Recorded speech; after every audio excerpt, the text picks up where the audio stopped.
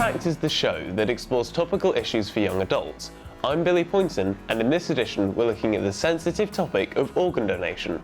What will happen to your organs if you have a tragic accident? We hear from two sisters for whom this became all too real when their 15-year-old brother died in a bike crash. We talked to a patient at Addenbrooke's who's received a new kidney and discussed the moral and ethical issues of asking young people to become donors.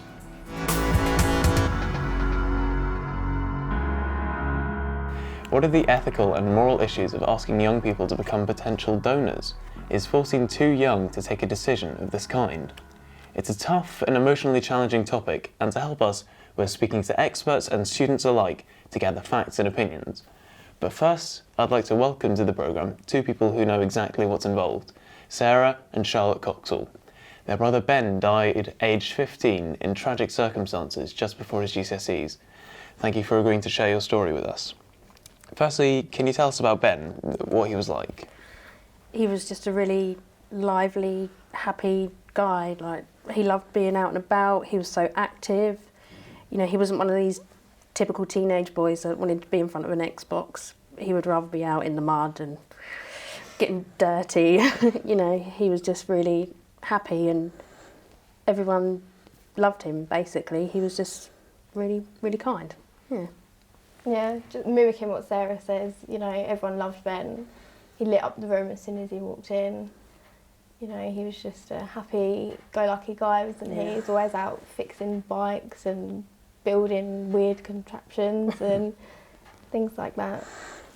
Now, what happened to him? He had been out on he used to love motocross. He'd been out with two of his best mates and they'd had the day out and he was on his way home. He had to cross quite a busy road and unfortunately he got hit by a car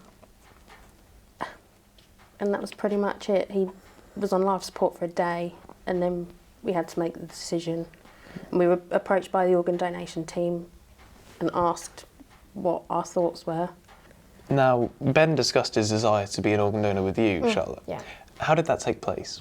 Well, actually, I asked to borrow some money, so I just said it's just in my purse. It went in my purse, and he was like, "Oh, what's this card?" And I explained to him, you know, it's for organ donation, and say when I pass away, people can use my organs for people that are poorly. And me and my mum both had like the discussion with Ben, and he was like, "Yeah, I would do that. Why wouldn't anyone want to do that, you know?" So yeah, that's really how the conversation came about. Right. And at the hospital, when it became clear that Ben wasn't going to survive his accident, what happened? As I say, we were approached by the organ donation team and we sort of all sat and spoke as a family. And at first it was me who was actually against it. The rest of the family agreed, but you know, after some thinking, you know, you don't need your organs when you're no longer here anymore, so why not give someone else a gift of life? You know, I think he's done an amazing thing. So. Did you get any professional opinions, or was this purely within the family? We were approached by them to say what were Ben's views on organ donation, and we all sat down and, you know, they talked through like the process and the procedure with us and what would happen, where he would be taken to like have the operation, stuff like that. I can't remember her position though. No. And Sarah, you were initially against it. Yeah. What were the issues you were considering? You know, I thought he'd been through so much already, you know, and the thought of, you know, someone taking bits of my brother, I just couldn't bear it. But, you know, once you think about it, I definitely think it was the right thing to do. And what were the main deciding factors in the family? I think because we'd discussed it with Ben, myself and my mum, and it was something that he wanted to do, like himself, you know, so we wanted to respect his wishes, and also the fact that, you know, he could potentially save lives. It was like a no-brainer for myself anyway. And so when you discussed organ donation with Ben, how did you know for certain that these were definitely his wishes? Because, well, he told us. He said, you know, it's something that he would definitely do.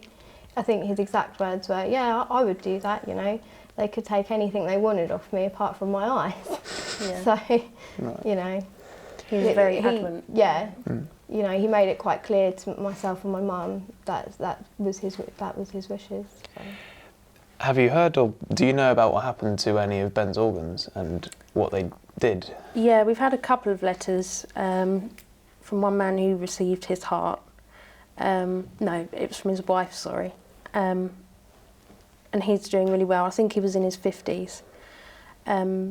She did say that he was having sort of a bit of a struggle coming to terms with he had received such a young person's heart, which I guess can be hard. And we heard from someone who got his pancreas as well. He was diabetic, and they're doing really well. And your family were given a St John's Ambulance Award last year. What was that for?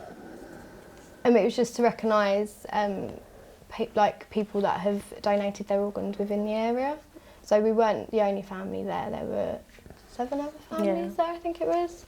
And it's just, to commemorate, what they did and, say thanks, really. Now, given your experience, what do your family feel about the NHS launching a donation campaign aimed at 14-year-olds and above? Is it too young? I don't think it's too young. I think, it's good to educate them, that they do have an option to sign the organ donation register. And myself, I was quite young when I was about 13 or 14 when I signed up to the organ donation register. So it's something that I've always felt quite passionate about. So I think it's a brilliant idea, and it's a conversation starter as well with the family. You bring this pack home and, show your mum and dad and, you as a family, you can talk about it. It's, a good conversation starter, I think. Sarah, what are your views? Yeah, I totally agree. I mean, you never know what's going to happen either. I mean, you always think it's never going to happen to you or your family, but unfortunately it does, and it's definitely something that you should discuss in your family, I think, and be prepared. Well, Sarah, Charlotte, thank you for sharing so openly with us. Here in Cambridge, we're fortunate to have several senior academics who have contributed to the debate on this issue. Prominent among them is Professor Tim Lewins from Clare College. Well, I suppose one of the issues is whether or not we can reasonably expect young people to be able to understand what's involved in organ donation, what will be involved for them in the event of their death, what will be involved for their families, and also what the reasons are for engaging in it. And there's also a set of questions about what the relationship should be between the wishes of young people and the wishes of their parents as well.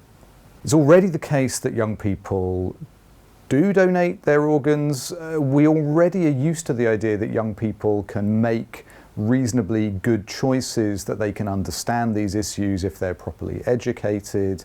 And so it seems to me that there are lots of reasons for bringing these issues into schools, which can then ensure that these young people can take the issues home, talk them over with their parents.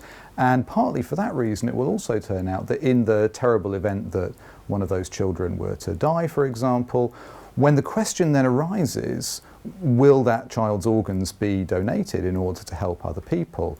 The parents themselves are then much better prepared to face that decision, and it's much more likely that they'll know what the wishes of their children were.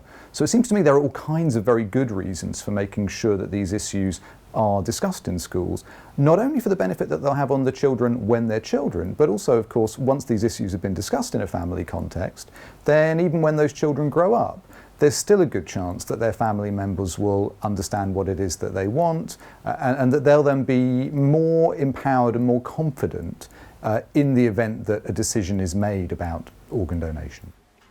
So we've talked about donation and the emotional issues associated with making the decision to offer organs. But what's the other side of the story? What's it like waiting for months or maybe even years for a transplant? We wanted to hear the experience of someone who'd been a recipient of a donated organ. So we went to visit Mrs. Janet Mann. Well, I discovered I had polycystic kidneys when I was about 25. And the hospital, I lived in Oxford at the time, and the hospital kept a check about once a year. Then I moved to Cambridge 20 years ago, and I think I came every 6 months then. And about 4.5 years ago, I started dialysis. But I was on the waiting list for about 6 or 8 months prior to dialysis. So I've actually been waiting for a transplant for 5 years and 2 months. It's basically like putting your life on hold, because 3 times a week you have to go for dialysis. So if you want to go away, you have to try and get dialysis near to where you're going to be. And that's not always possible because obviously there are huge staff shortages. But I've been lucky so far. I've been able to get dialysis wherever I've gone. So really and truly is putting your life on hold. I mean, it will change my life forever. I'll be able to do what I like, eat what I like, drink what I like. Fantastic. But I also feel very sad for the donor's family, because obviously this has come from a guy or somebody who is now deceased. So, you know, it's a very difficult situation, really. Great for me, but not so great for them. I mean, I've always been in favour of organ donation, but since I've received the kidney, I'm even more in favour of it.